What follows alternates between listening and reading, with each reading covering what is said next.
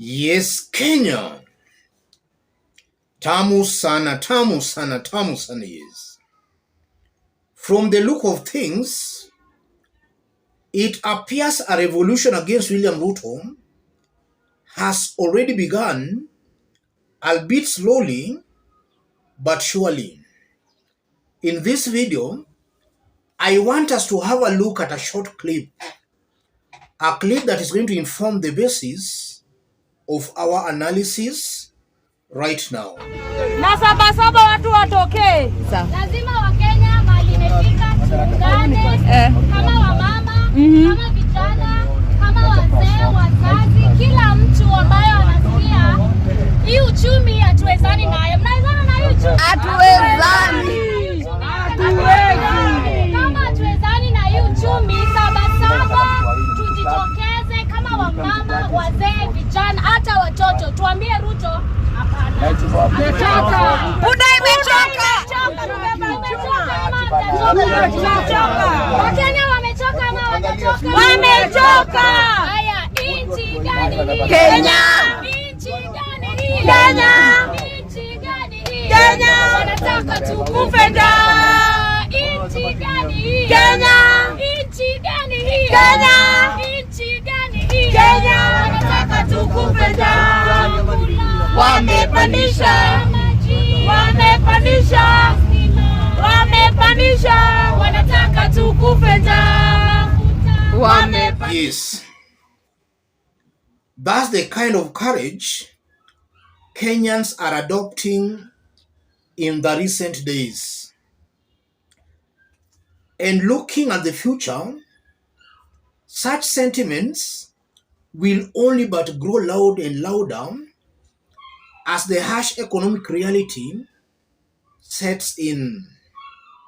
And that's why I strongly believe Ruto will be a lucky man to reach 2027 as Kenya's president. Kenya is ripe for a revolution. And this is a revolution that has been building for so many years, where Kenyans wakes up very early in the morning, they go vote electing their leaders, but their votes don't count at all. That's why Kenyans are a very disappointed lot. And if you were to do a proper survey, as I talk, a whopping majority of Kenyans do not approve of William Ruto's government. In fact, the majority sees Ruto as somebody who stole their votes. So Ruto does not enjoy that support on the ground. And to add salt into injury, Ruto is not delivering. He is not performing as Kenyans would have loved him to do. We have a leader who, in the minds of a majority of Kenyans, grabs power. Upon grabbing that power, instead of delivering, performing, he's performing dismally.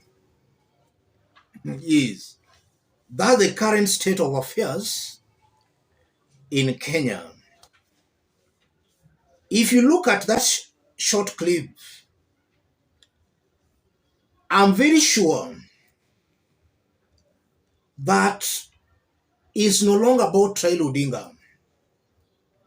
What Kenyans need right now is just but a spark, and that will be enough to lead into a very serious revolution.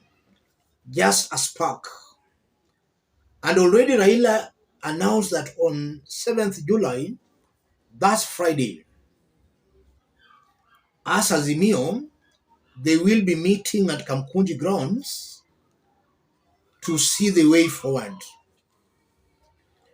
And something tells me very strongly that we are going to witness very interesting political dynamics from that day going forward.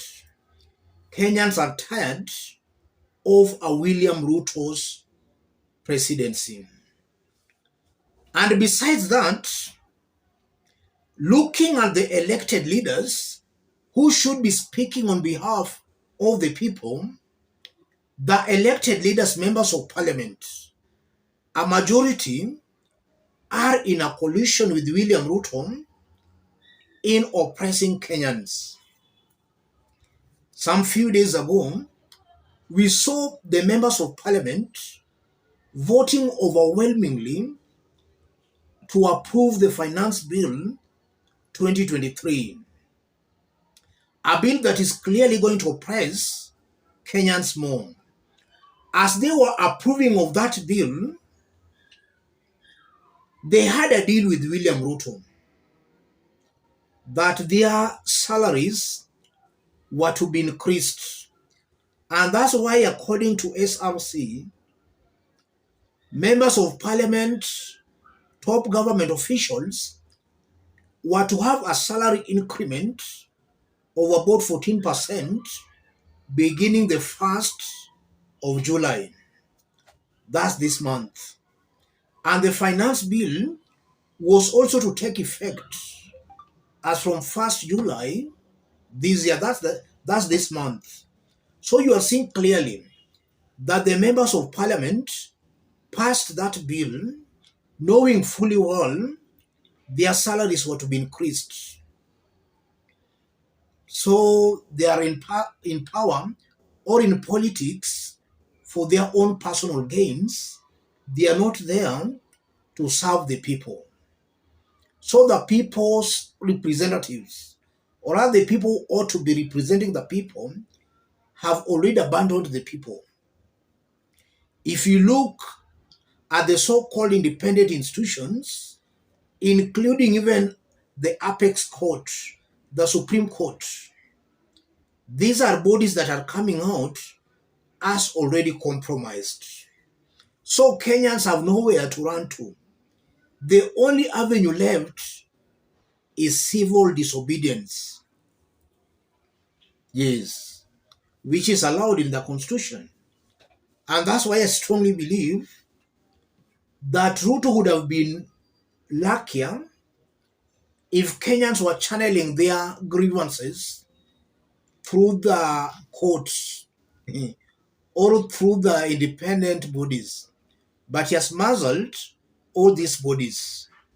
So Kenyans are only left with these options of demonstrations, protest, and picketing. And those are avenues that are not very much predictable. They can take or gain a life of their own, which will be very detrimental to William Ruto and his team. Yes. Let me stop it there, ladies and gentlemen. But let me say this before I stop. William Ruto, as I talk right now, it's as if Ruto is blind. He's not seeing things properly. Either his advisors are not advising him properly, or he is not just advisable. Because I just don't understand how a government that came to power on the basis of forming a hustler's government can very fast, in less than 9 months, turn against that government, turn against the people. It is really interesting, and I find it hard to really fathom why Ruto is doing all that. It might be possible the gods have conspired to destroy William Ruto, and surely the gods are destroying him. Let me stop there, ladies and gentlemen. If you are watching us but you have not yet subscribed, subscribe, give this video a like. To our fans who do want to support the forum, I've pinned my number down there below, and also on the comment section. Contact me through the number or feel free to channel your support to the number. Let's meet in our next analysis. Thank you. God bless you.